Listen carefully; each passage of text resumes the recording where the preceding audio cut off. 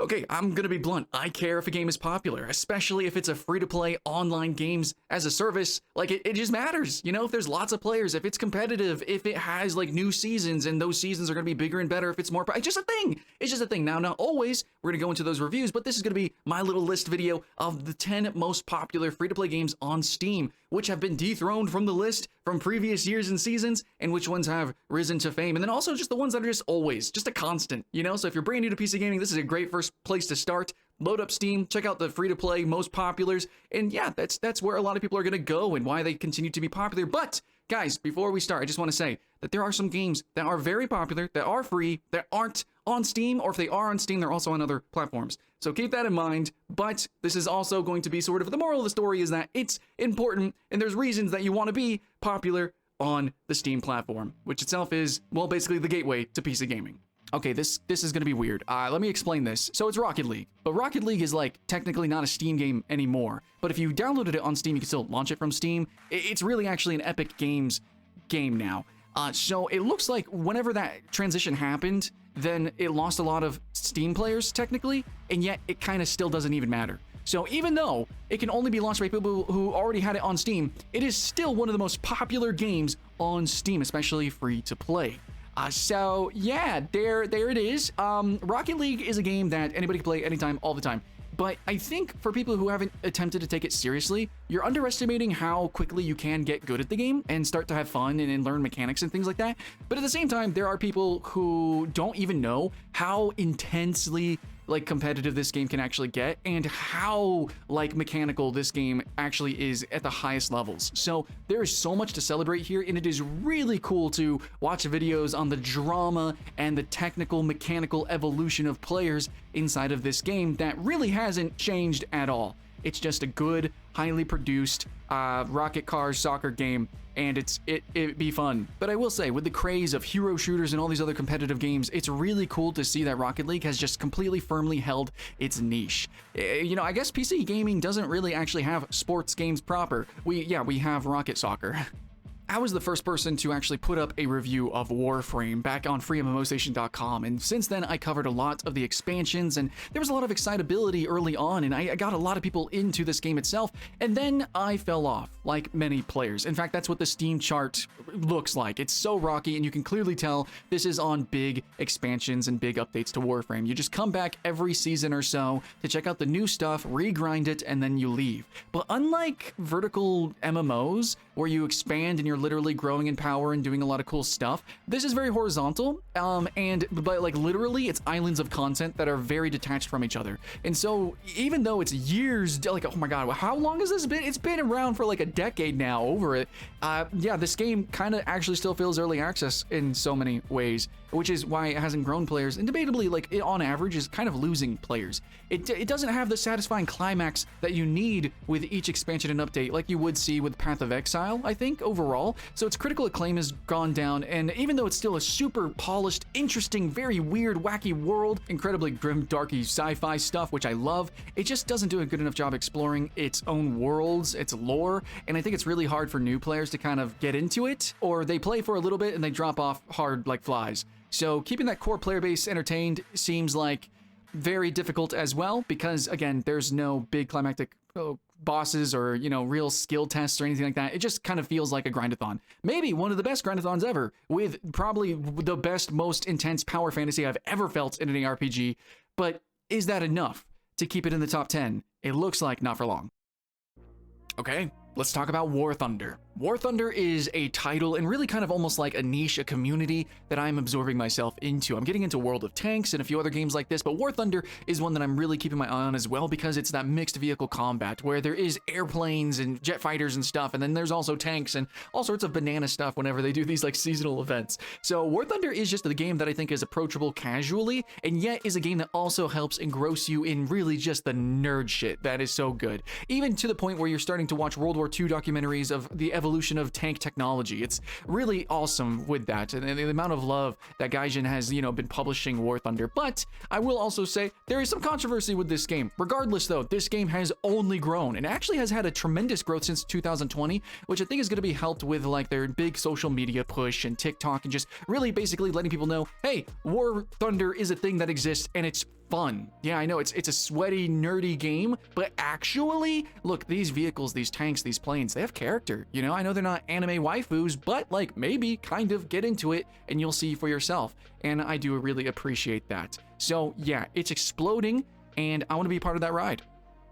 We've had a lot of zombie survival games, and almost all of them have mixed to negative reviews, and the really good ones are very focused on cooperative gameplay, or maybe they're even like single player basically. Unturned is basically like, yeah, let's do DayZ, but like minimalistic and like free to play, and it's more popular than all the games that inspired it by far. In fact, it's more popular than it's ever been, and the game is starting to show its age. The game has not had like revolutionary updates as far as I know. It's more or less just been slow, consistent churning of some content, and it's really just community driven. Now, there is an Unturned 2 in development, but like overall, I feel like Unturned is basically like, let's take casual zombie survival seriously. Let's go as far as we can with that. And I remember when Unturned first came out, it straight up had mechanics that were just like could not exist in other AAA, you know, like big company productions of you know, zombie survival games. So I can't even imagine where it's gone now today, but still, like there must be something I'm missing. How is this game so freaking popular still and growing in players? What is going on? And I do think it's that grassroots community building between lots of different YouTubers and content creators and just the community in general, playing in these servers together, making friends and guilds and clans and things like that, and just maybe having fun. Maybe sometimes games are meant to have fun, and I think Unturned might be one of those fun games. Team Fortress 2 ain't going nowhere, never, because look, this is basically classic server FPS gameplay where maybe, you know, there's classes and stats and esports and things and there's sweaty shit about the game. There's actually even a high skill ceiling with some of the characters and classes and how you can play, but it doesn't matter because you can just do goofy stuff. And at the same time, actually, you can prove your skill by doing goofy stuff. You think just jumping around 360 no-scoping in Call of Duty is skillful and MLG legit? Team Fortress 2 has Goomba stomping. It's got like rocket jumping across the map to land on someone's head, you know, air blasting people off the map 3 at a time, all sorts of ridiculous bullshit. 360 backstabbing with the spy is freaking cool. There are some mind games you can play in Team Fortress 2. There's things you can do in TF2 that you cannot do in any other game, and it looks like people are realizing that, even with direct esports competitors like Overwatch being massively popular and other casualized FPS like Paladins. It doesn't matter, Team Fortress 2 is still special, but it is saying something that this is a little, you know, halfway on the list, that there's so many people joining into PC gaming that, you know, there's now new games that are usurping Team Fortress 2, which used to be number 1, number 2. And I think it's awesome that Team Fortress 2 is not losing players. It is in fact gaining players. It is doing very well for itself.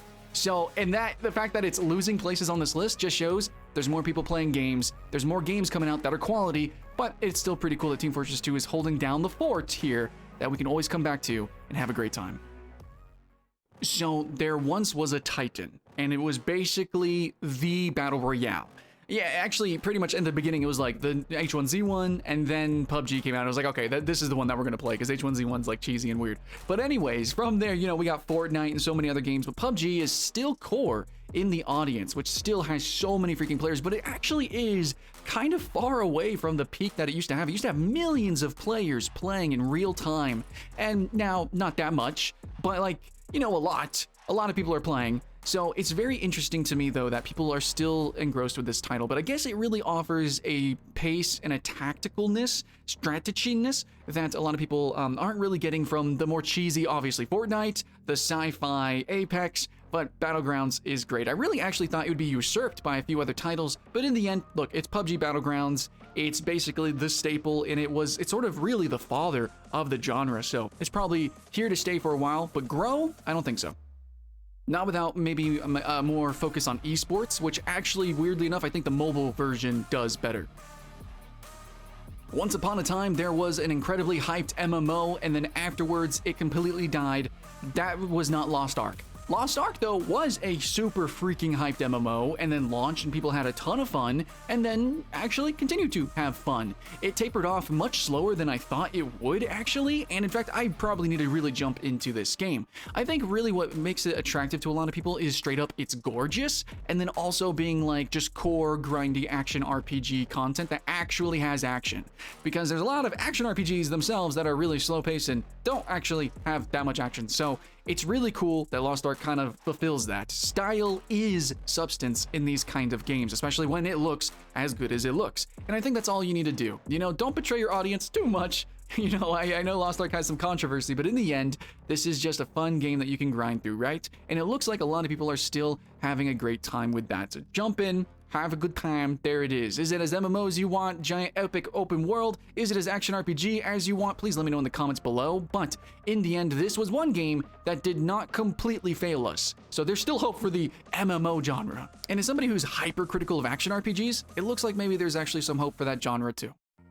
I am so impressed with this game. I remember, you know, in the heyday of like all the battle royales coming out, which still doesn't seem like it's ending because we have now like the branch on that, the extraction genre with Dark and Darker, right? Anyways, this coming from like a fan of Titanfall, big fan of mobility shooters, like I am stupid about it. So Apex Legends was fun, but I still did not expect it to continue to gain players even today. More competitive than ever. In fact, I actually was just working with Gadgetbot, who does a lot of the art, the concept art for the skins inside of Apex Legends. So big pride there. I'm glad to champion that and champion this game overall for its mechanics. Super smooth and great, and basically I could just gush all day, but in the end, Apex Legends is popular because of the new skins, because of the seasonal support, because of the esport, because of how serious they are taking this games as a service. Again, that's probably why actually Fortnite is popular, and many you know, very popular free-to-play games are popular all throughout this list. It's going to be, they consistently are updating it, they're consistently evolving and doing new stuff, but at the same time,